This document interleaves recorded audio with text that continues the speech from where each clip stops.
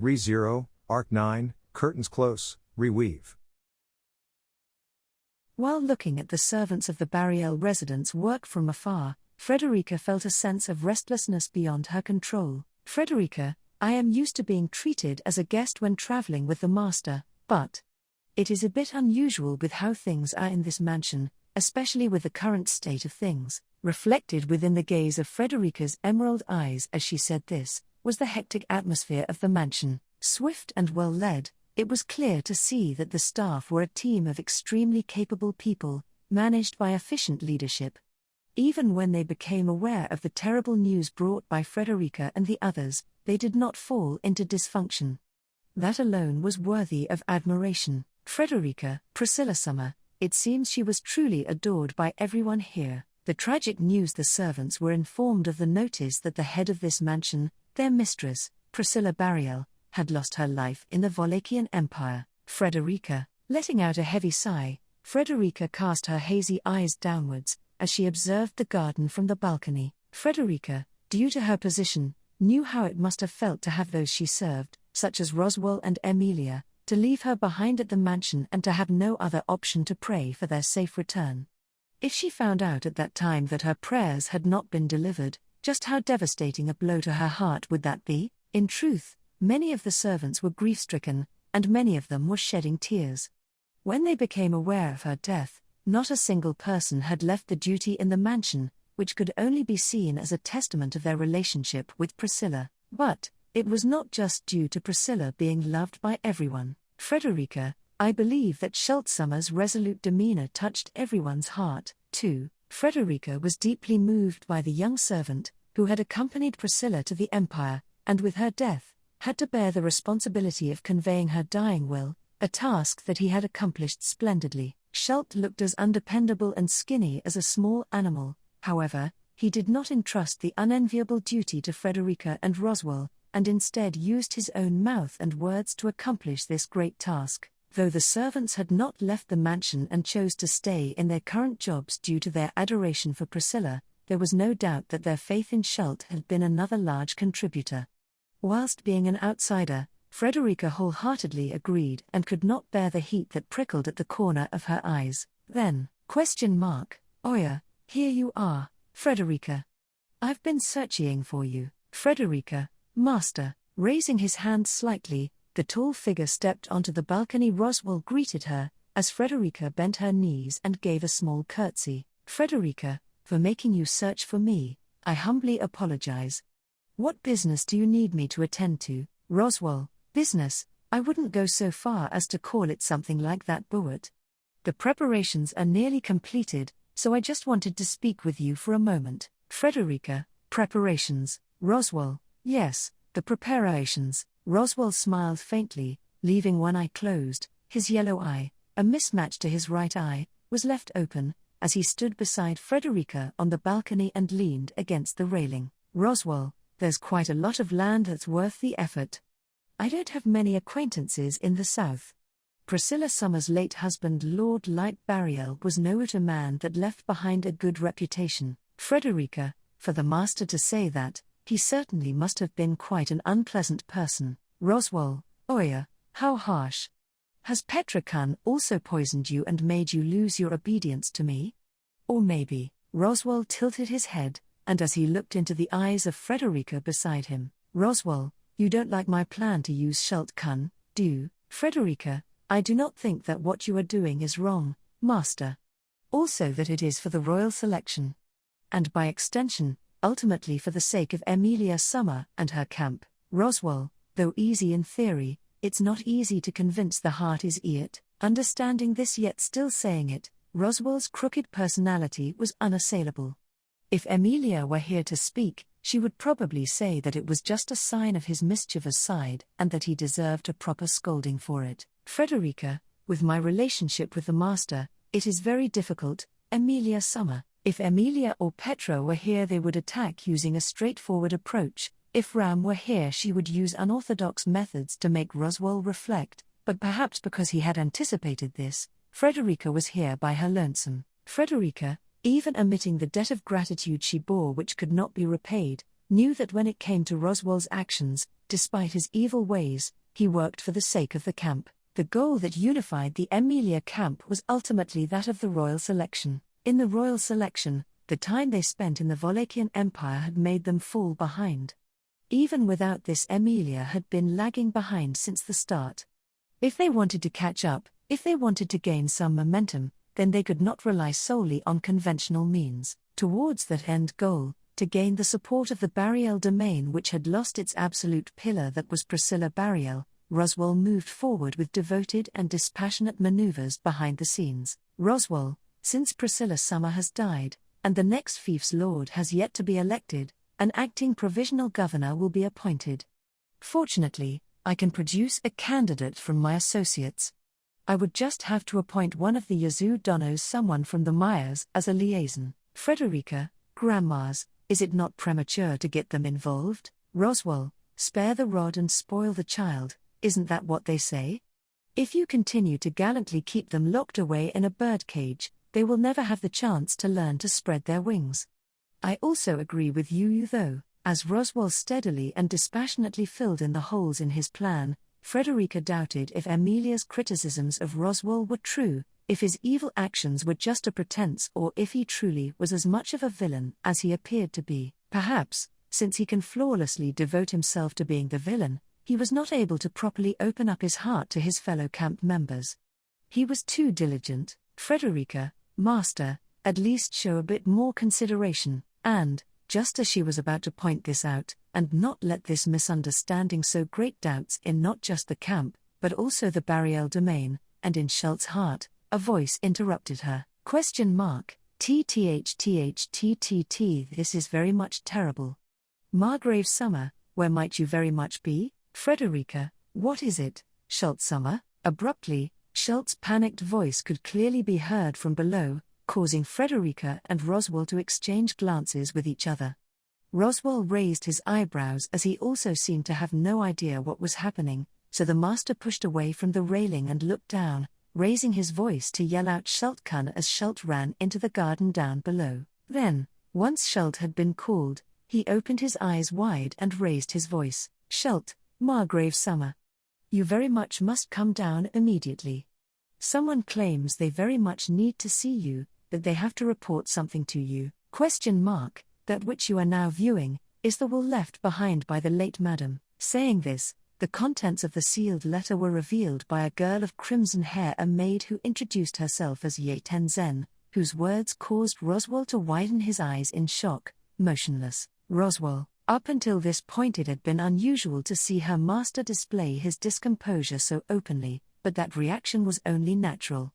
Having ascertained the same contents, Frederica, and all other parties present were struck with astonishment. Above everyone else, as the central figure addressed by the written contents of that letter, Schult experienced the greatest shock. The contents of the letter were, Yea, the head of House Bariel, Priscilla Bariel, hereby declares that when it comes time for her official successor to be determined, the following personage, Schult, is to have his name altered to Schult Bariel, and he is to be ushered in as the legitimate son and rightful heir to House Bariel. Schult, Priscilla Summer, me. Schult blinked at the unforeseen event, his face seemingly unsure if this was a dream or reality. However, placing her hands on Schultz's shoulders from behind, Ye, who had revealed the location of the letter, smiled and said, "You're getting way too surprised." As she rubbed her cheeks against his, Ye, considering how much the madam doted on Schult-chan, doesn't this totally make sense? Though in truth, I think she had intended to keep it hidden during the royal selection. Schult, Ye Summer. Ye Summer, how long have you known about this? You left the mansion so many months ago, and I am very much glad you are finally home, but, Ye. I found out just before Schult-chan and the madam left for the Empire. After all, it was around that time when she had prepared the letter. At Ye's quiet answer, large tears began to well up in Schultz's eyes. If one were to ask, they would discover that Ye was a maid who had previously worked at the mansion and had been on leave for quite a while, but upon receiving news of Priscilla's passing, she had come rushing here. As one could see, Ye seemed to be quite close with Schult, and it also appeared that Priscilla held great confidence in her, entrusting her to guard the important letter she had left behind. The revelations that came forth as a result of all that were a great disruption to Roswaal's plans. Frederica, however, thinking of Schultz Summer, it might be for the best. Roswaal, Frederica, it might be a bit different from what you had in mind, Master, but for Schultz Summer, and the spirits of everyone in the mansion, it will surely be a salvation.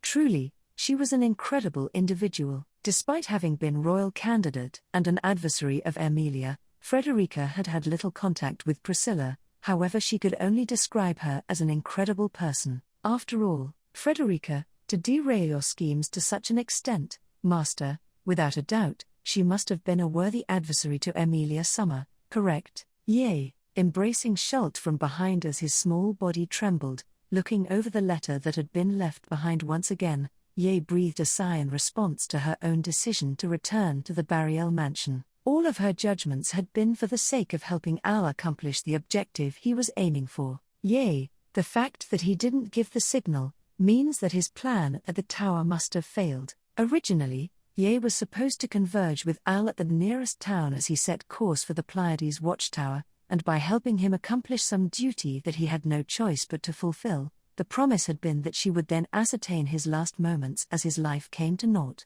However, without any signal given at the established time, Ye judged that Al's plan had failed, and withdrew from the nearby town. Straight from there, she made her return to the Bariel mansion. Yea, for me to be openly returning to the mansion like this, is it the first time since Al Summer prevented me from assassinating the madam? But then again, in the cases when it was not out in the open, she had visited the mansion rather frequently in order to maintain communications with Al. The letter she had used as a pretext to return to the mansion, too, was information she had obtained on one of those non-overt occasions, while she had concealed herself in the roof, though, to Schultz, and to the nasty aristocrat Roswaal L. Mathers, who had attempted to prey on him alongside his maid, she had pretended it was a letter entrusted to her by Priscilla. Yea, in reality, I just caught a glimpse as the madam prepared and stored it away in a secret safe. Thanks to the fact that the letter had been stored within a secret safe, its whereabouts had been revealed to her without anybody else learning of its existence, lending credence to the notion that Ye had simply been entrusted with the secret. For that reason, she felt a little guilty capitalizing on Priscilla's death. But, madam, were you truly not aware that I had been watching? In all honesty, even Ye could not find a clear answer to that mystery. Priscilla had prepared the letter to officially adopt Schultz just before venturing to the Empire, storing it in the safe at around the same time, but regardless of having been Ye's master for a period of time, her perception was not to be made light of. That fierce woman of character, possessing eyes that seemed to peer into the hearts of others, had she truly believed that Ye had not been present? Utilize this letter skillfully, and have it serve your own interests. Take the opportunity to save Schultz as well. Perhaps it was with such an arrangement in mind that Priscilla had hidden that letter in a secret safe, one that nobody, save for Ye, having concealed herself in the roof, would have been capable of finding without turning the mansion inside out. Either way, Ye, I shall do so, madam. I must wait for Al Summer, after all. Choosing to take advantage of Priscilla's kindness, Ye had returned to the mansion for that purpose. As mentioned previously, Al had not given the signal to go ahead with the plan. Likely, he had failed at the watchtower, and the plan had fallen into a state where it would be difficult to carry out. But Al would not die. He was alive. Yea, after all, Al Summer is a monster. Al would not die, he could not be killed. Because he was such a monster, Ye obeyed him. It was all in order to ascertain that he fulfilled his objective, and died in satisfaction, to ascertain the disappearance of the being who had taught her dread. For that purpose, she would keep Schultz at a distance from the Emilia camp. If something had happened to Al, the Emilia camp, who had accompanied him to the watchtower, would have been involved. She had no choice but to prepare for when he broke free, remaining in a location where mobilization was possible at any time. Hence, Yea, Schultz-chan, let's carry on the madam's wishes together. It's all right. After all, from now on, I'll also return to the mansion, and help you however I can, Schultz-chan. Schultz, Ye Summer. Yes, of course. I will very much try to live up to Priscilla Summer's expectations.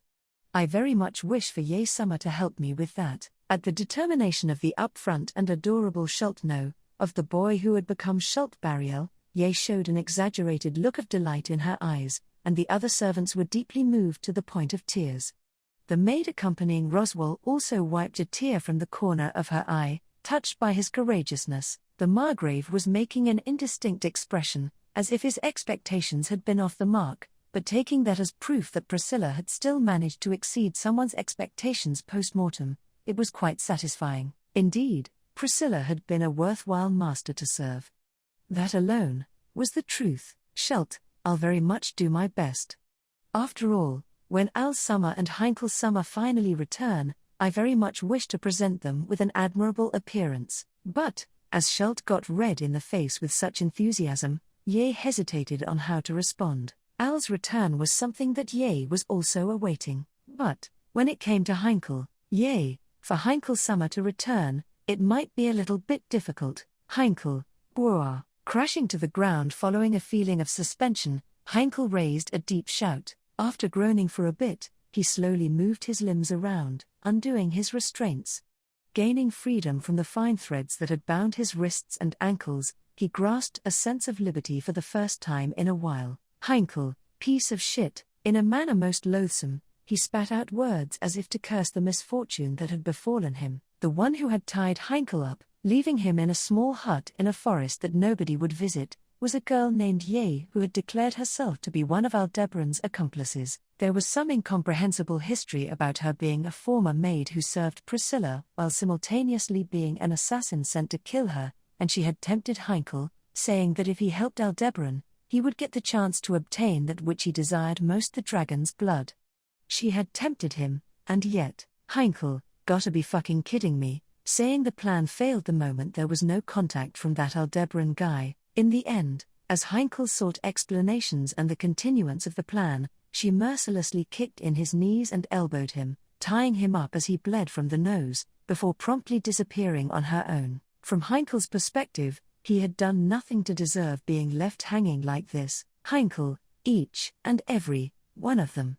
HK. Upon the death of Priscilla, whom he had been counting on, he turned to Emilia as his next recourse, only to be rejected, and when he reached out to grasp the hand Aldebaran had offered him, the hand shook him off, casting him down into hell. As a result, Hankl's prospects had circled back to the dead end they had been at before the start of the royal selection. Hankl, but, even so, he could not give up. He could not bring himself to give up. Not once had he ever been able to give up. Hankl, shit, shakily standing back up, he wiped his dried nosebleed on his sleeve, and began to walk. He knew not where those legs would take him, but even without a destination, he could not bear to halt his tracks. After all, Hankl Astria was a husband, and a father. Hankl, just you wait, Lauana, Reinhard.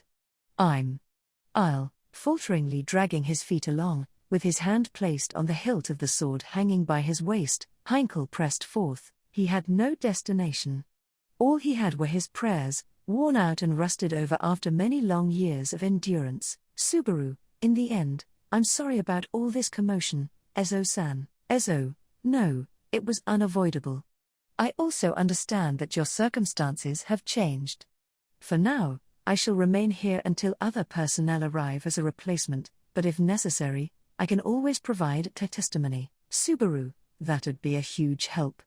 Truly, speaking these words softly, Subaru bowed his head to Ezo's gentlemanly reception. The location was the 5th floor of the Pleiades Watchtower, the expansive area just before the Grand Gate.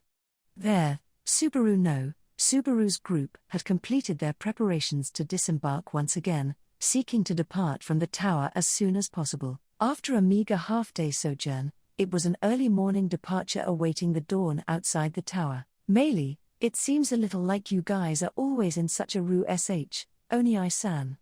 I wonder, couldn't we return from the tower a bit more quietly? Beatrice, you can say that again, I suppose. Last time, he was sent to the Empire, and this time, it's such an abrupt round trip. In fact, Petra, that isn't Subaru's fault. The one who's to blame for everything is Al-san. Geez, what are we even going to say to Schult-kun? Stupid Al-san. Quietly exchanging those final comments were the girls of the returning group. Naturally, each of them had their own reservations about things having turned out like this. About this mere half-day sojourn, about the situation of them needing to hastily depart, and about the one who had caused those circumstances. Only, for Subaru, it was painful that the person who had caused it kept receiving blame. Garfield, Captain, I've gone and loaded all the luggage into TH Dragon carriage. We can get going whenever. Thereupon, slightly opening the grand gate, Garfield returned from outside and called out. Having gone a step ahead by loading up the dragon carriage with all of their belongings, he knitted his brow at Subaru, who had raised his hand. Garfield, your mug is looking real stingy, Captain. Though, I get that you're frettin', same like Roriji's deep-cut nail. Subaru, I know that you're trying to encourage me, but I don't really get it. Deep-cut nail? Roriji? Garfield, it don't really matter. You can't change something once it's happened. And so, it's a matter of what you can do from here on out, yeah? My amazing self will help you in any way I can. Flashing his fangs, Garfield vigorously clapped Subaru on the shoulder. Under that force, Subaru thought his frail shoulders might shatter, but those sentiments filled him with joy 100 times greater.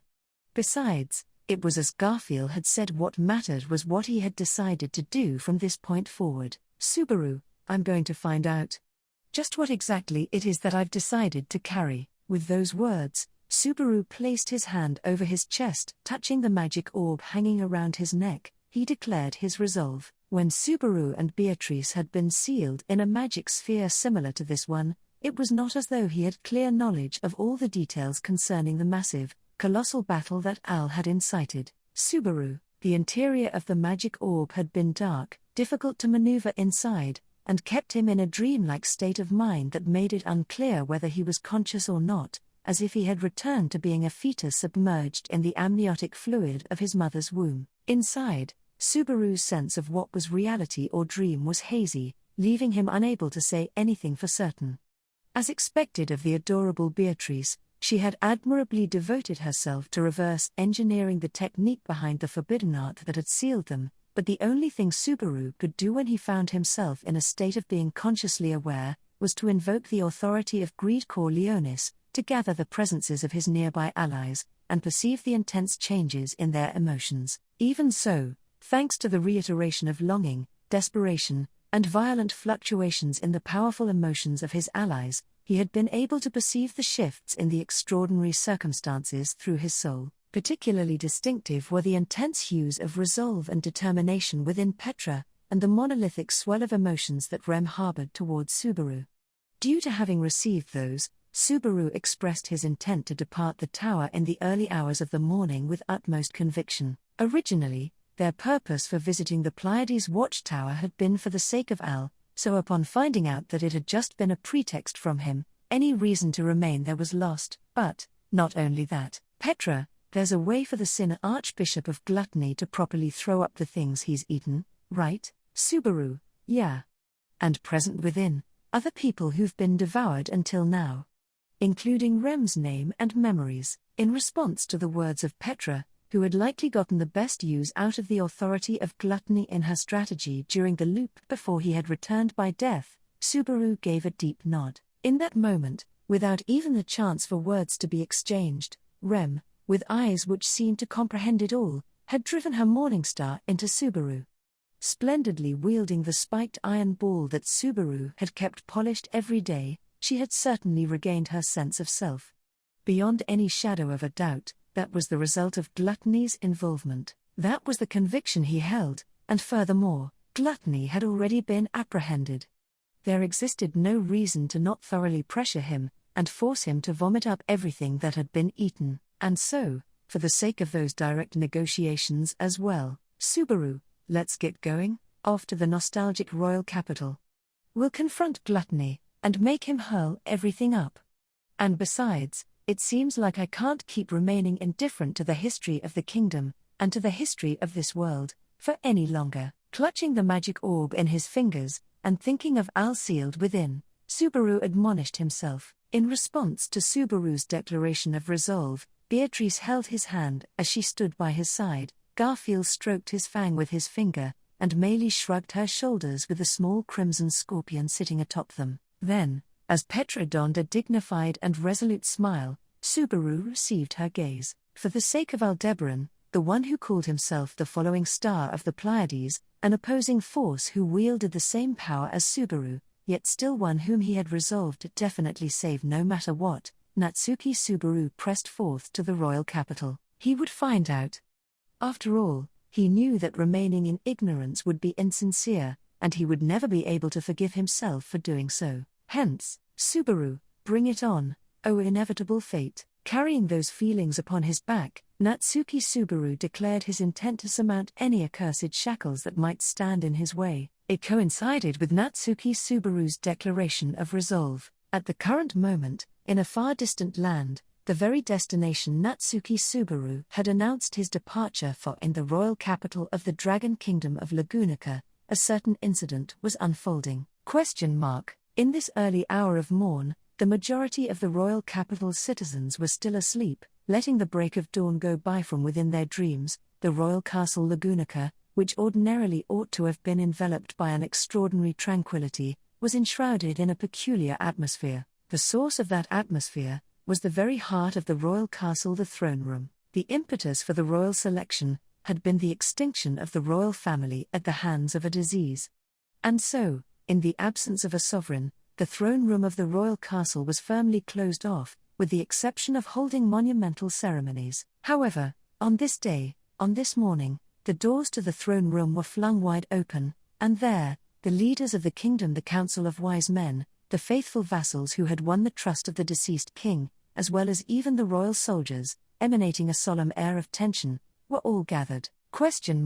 In this kingdom bereft of a monarch, each and every one of them bore a heavy responsibility in their individual positions. Despite being an early morning summons, nobody had arrived tardy, and there was not a single person present who displayed drowsiness in their eyes, nor any miscreants who dared to exhibit an attitude lacking in concentration. Ergo, no matter the time, the weight of the attention poured into this place was no less than that of the kingdom itself. Taking all of that in by her lonesome, a woman maintained an air of silence. Woman, kneeling down on one leg atop the blazing red carpet laid out across the marble floor, was an individual clad in robes of indigo blue, bowing her head with her hands clasped before her chest.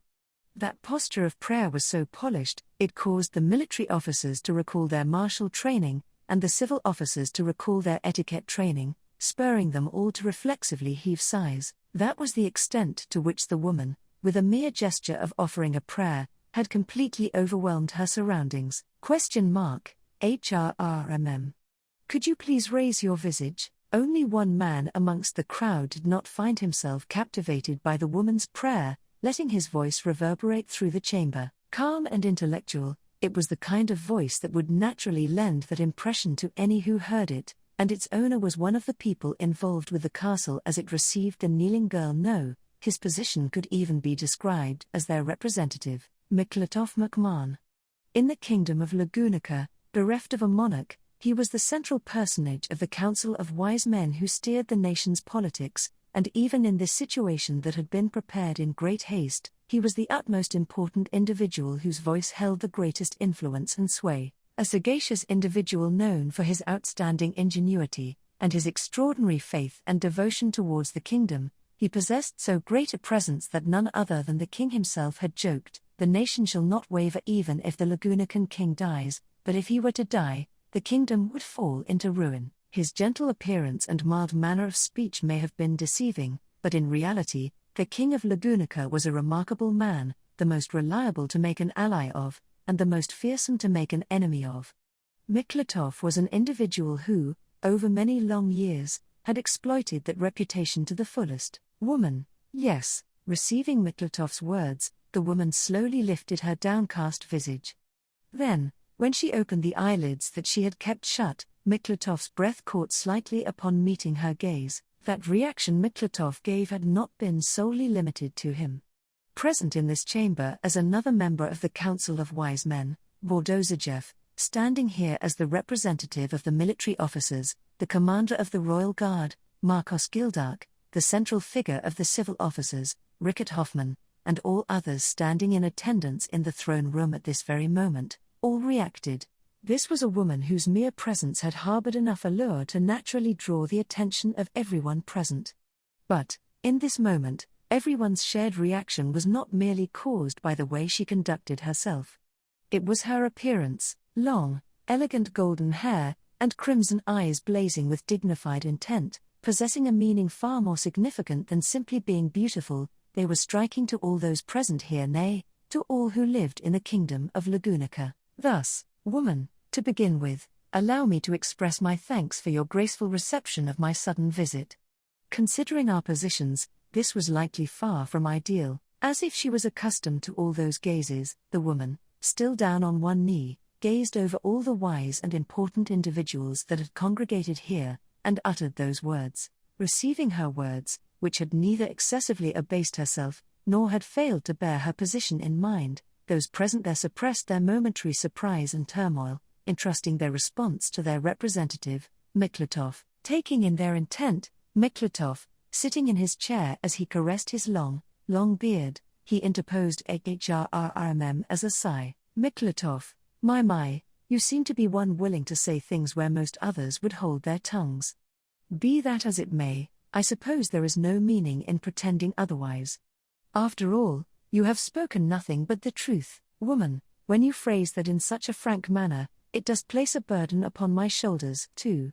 As you can see, I am quite young and lacking in experience, so I had been fearful that I may not be able to muster words in front of you all like this. Miklatov, HRRMM, though you might say that, you seem rather dignified. It is as if you are well accustomed to all eyes falling upon yourself. As for why that is so, I can come up with quite a few ideas. Woman, indeed. I shall not deny it. The pair had a difference in age enough to be grandfather and grandchild, but there existed nary a falter in the exchange between Miklatov and the woman, nor did it seem like things would devolve into a one-sided probing on account of one actor falling short of the other. As both of them grasped that neither would be the case, they simultaneously smiled as if letting out a breath. Woman, in this early morning, I could not possibly waste everyone's precious time, given how busy you all must be. Without further ado, may I begin the main subject? Miklatov, HRRMM, very well, you may do so. At this age, getting up early is of no issue to me, but when it comes to important matters, I find it painful to defer them no matter how old I get. That is especially so when it is a subject broached by the Divine Dragon Church, which has placed itself at such a distance from the royal castle. Everyone, he had generously prompted her to continue, but Miklatov's words caused the atmosphere in the room to instantly grow tense. That response was immediately slackened, recognizing it as a discourtesy to the woman who had visited the royal castle all by her lonesome, but the reason behind it was something that nobody present could have done anything about. The name Miklatov had raised, the Divine Dragon Church, was, as the name implied, a religious group that worshipped the divine dragon Volcanica, founding their faith in the grace of its power and the protection of the covenant. As the kingdom of Lagunica christened itself the Dragon Kingdom, the exceptional depth of its ties to the dragon was well known, and to a greater or lesser extent, the citizens of the kingdom considered themselves to be receiving the favor of the divine dragon. Due to that self-awareness, even if they were not officially part of the church, the majority of Lagunica's populace harbored feelings of reverence concerning the divine dragon. Within that sort of environment, the potency of faith that those who officially adhered to the church harbored towards the divine dragon went without saying. In order to avoid shaking the nation with that immense influence, the Divine Dragon Church refrained from drawing near the royal castle, which bore responsibility for the nation's politics, and they each contributed to the well-being of the citizens within their own domains.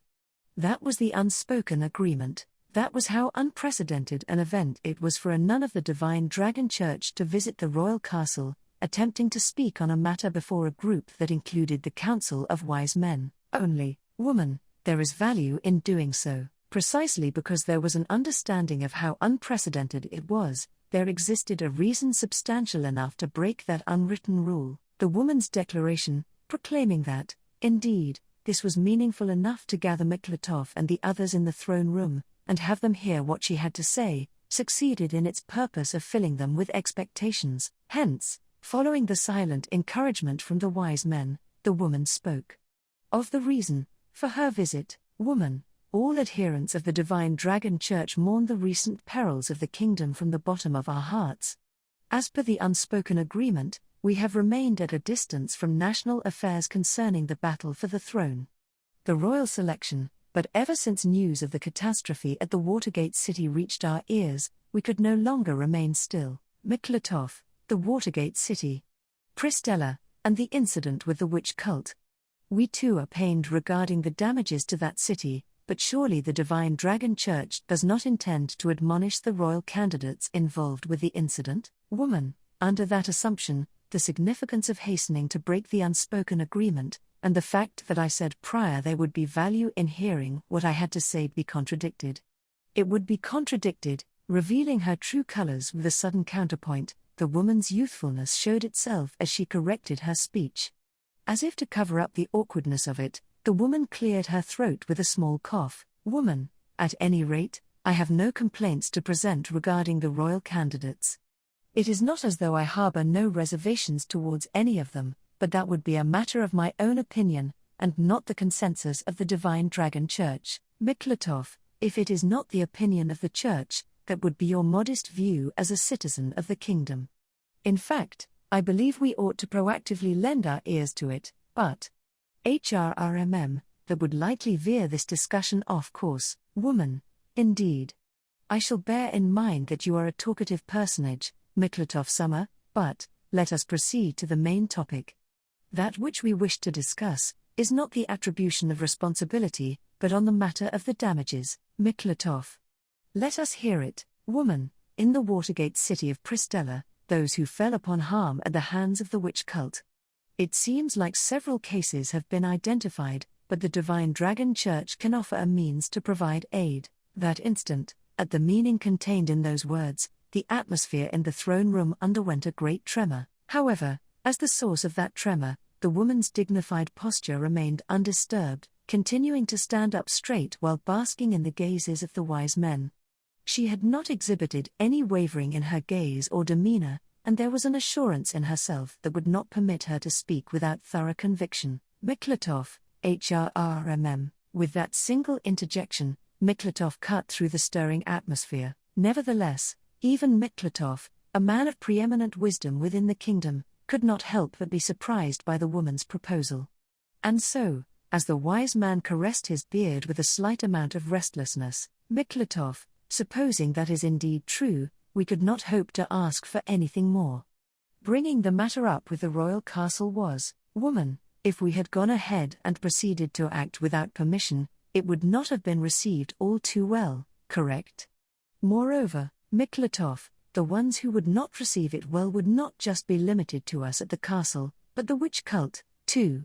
After all, to the fact that it went without saying, the woman drew back her slender chin in agreement with Miklatov. Naturally, if they were able to neutralize the harm that the witch cult had dealt, it would certainly be an undesirable event for the witch cult. Ergo, the Divine Dragon Church wished for something, Miklatov, the kingdom's certain protection. Due to the distance between we who govern national politics, and the Divine Dragon Church that governs religion, something of this nature has never truly taken shape over the many years. Woman, yes, indeed. On this occasion, we wish to actualize that. That is the collective will of the Divine Dragon Church.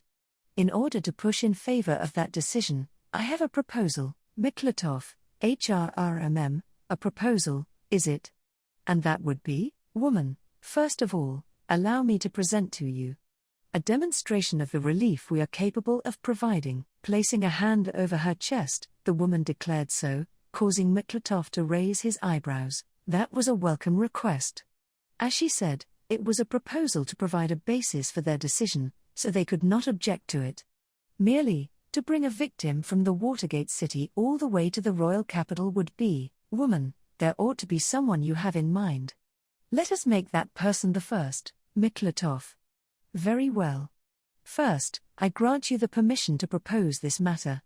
Commander Marcos, his name called out by Miklatov, that titan of a man clad in armor from head to toe, the commander of the Royal Guard, Marcos, responded with a booming voice and stepped forth, bowing before the seats of the Council of Wise Men. Miklatov, could you please escort her? This shall be regarded as a matter of great importance to the kingdom. Be prudent, Marcos. Understood. I shall be accompanying you, woman. Yes, your face is. No, your whole body is rather large. I look forward to working with you. With a small bow of her head, a degree of gentleness dwelled in the woman's expression.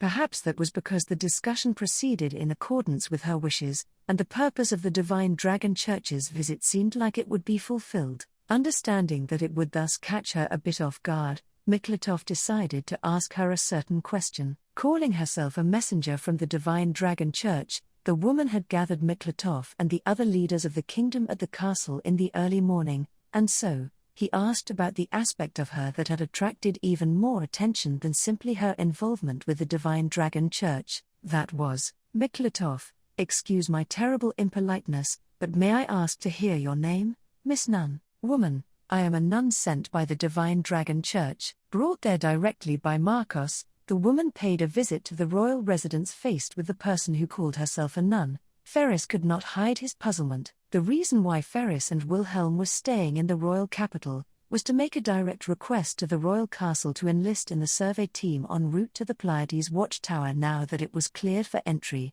and by using the wisdom of the sage, extolled as being all-knowing, to learn of a means to save Crush, who was still suffering even now. Of course, from the letter sent by Emilia and the others, who had already returned from the Pleiades watchtower, it was made clear that the sage's existence and wisdom were nothing so convenient.